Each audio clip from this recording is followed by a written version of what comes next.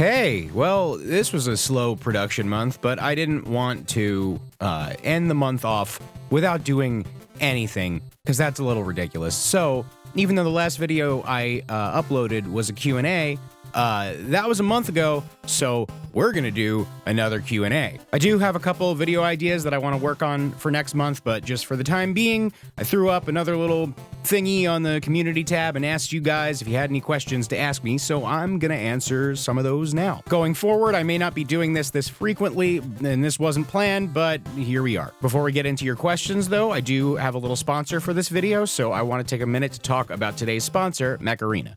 Sometimes we all need a little break, right? Ever want a quick pick-up-and-play game where you can just kick back and blow up some mechs for a few minutes? Well, this new game, Mech Arena, is just the thing. It's a new casual mobile shooter, and it's great for just picking up and blowing off steam. Hop in, play a game or two, cause some mayhem, and be out in just a few minutes. Anyone can play, and you don't need to be super good to have fun. In Mech Arena, there's all kinds of different mechs, skins, and weapon combinations, so you can really tailor the game to your own playstyle and express yourself by personalizing your mech. There's also some really cool daily welcome rewards and loads of events happening in-game right now and all the way through the month, where you can get a bunch of nifty weapons, including Mech Arena's sickest new weapon, the disc launcher. And on top of that, there's also a ton of special Halloween events to take part in, and some extra special Halloween skins to win. The game is completely free to play on Android and iOS right now, and you can use my personal link or the QR code right here to get the Desert Digital skin, 200 A-coins, and 10,000 credits. These special rewards will all really help you kickstart your game. If this all sounds good to you, don't hesitate to go check it out. And thanks again to Mech Arena for sponsoring the video. Alright, let's get into these questions. First question.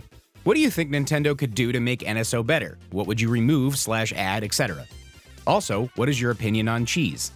I'm really not sure, honestly. The games that they throw up on NSO is kind of like a crapshoot sometimes. Sometimes it's great, and other times it's like completely left field and no one knows why they put a certain game on it. But I will say they really need to fix the whole N64 issue. I already kind of had a problem with how much they were charging for it, and now seeing how it runs, it's kind of unacceptable. They really need to, I want to say fix it or lower the price, but I don't even think they should lower the price. I think they should just fix the service, because it is messed up, and I don't think that anyone should be paying money for what they're currently offering, at least in terms of that upgrade. And to be clear, what I mean is, when I say I don't think they should lower the price, I'm saying that I don't think lowering the price would make it also okay for it to still run how it does, because it's broken. As for my opinion on cheese, love cheese, especially brie. Brie's my favorite.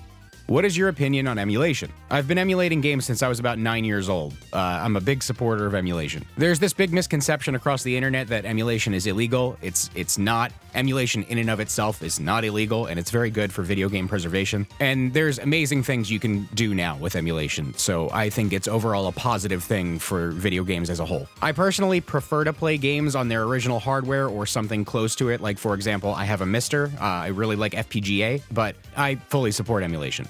Super Mario Galaxy 1 or 2?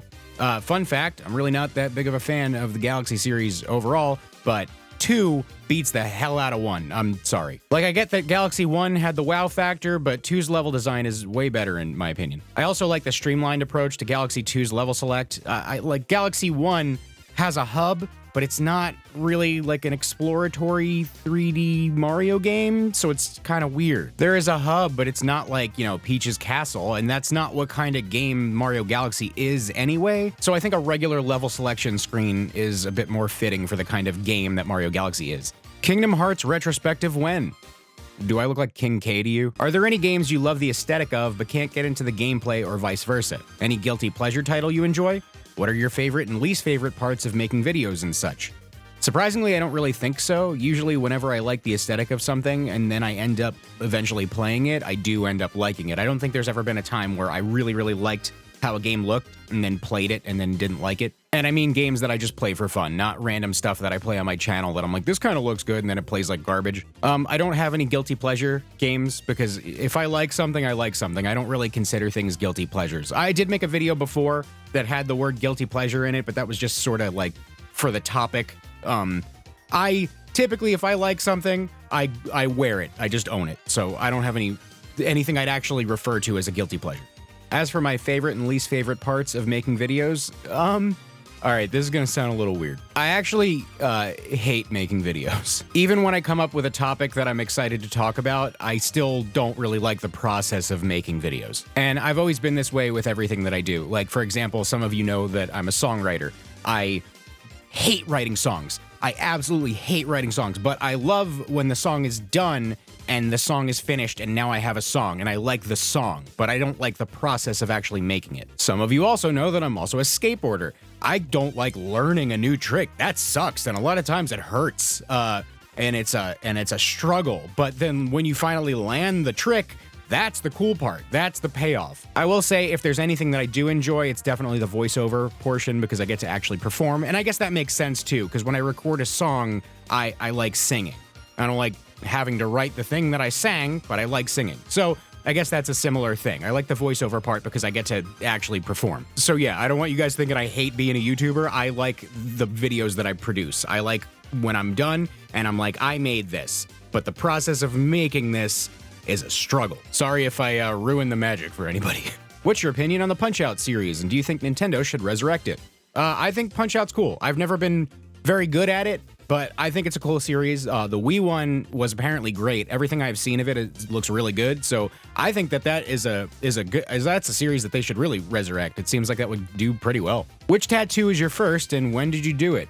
It's funny. I don't really talk about my tattoos too often. I kind of forget that they're there. But my first tattoo, and none of you have ever seen it, nor will you ever see it. It is a tattoo that was never finished. It's an outline, and it's a bad outline of a Pidgeot on my hip, and I got it done on my friend's couch when I was 19. So there you go. Are there games that you like that other people don't? Yes. I made a video on how I like Star Fox Zero. That's one. But usually my go-to whenever somebody asks me this question is years ago, Wood from Beat 'em Ups and I were having a conversation about the game Totally Rad for the NES. We knew that people always said this game was bad, but I had told him that it was one of the handful of games that I had as a kid, and I always used to play it. But obviously, I was bad at NES games when I was a kid, so I never got that far into it, but I remembered liking it. And he had told me that the couple times he played it, he thought it was kind of good too. So, him and I proceeded to have a video call where we did a race to see who could beat Totally Rad from start to finish first. Partially to see who would win, and also partially to see if we played through the game, if we decided that it was good or not. And you know what? By the end of the race, we decided that the game was totally decent. We couldn't figure out why people thought it was bad. Honestly, I think it's because people want to play it like it's a Mega Man game, and it's not a Mega Man game. It controls completely differently. And if you get used to the controls and how the game functions, it's actually a pretty fun game. Oh, and for the record, I beat Wood. Can you do some individual reviews of the different games in the WarioWare series and the original 5 PS1 Namco Museum games sometime in the future? What are your favorite Disney worlds in Kingdom Hearts 3 and why? What are the games that you have reviewed so far that you have enjoyed the most and hated the most, respectively? As for the first question, it's really not like my forte. I've actually never played any WarioWare game, weirdly enough. And as for the Namco Museum games, maybe? I don't. It's not like completely off the table, but it's just not. I guess it's not my go-to. I actually wanted to do a video on the Wario Land games, but my stupid friend Ant Dude did it before me.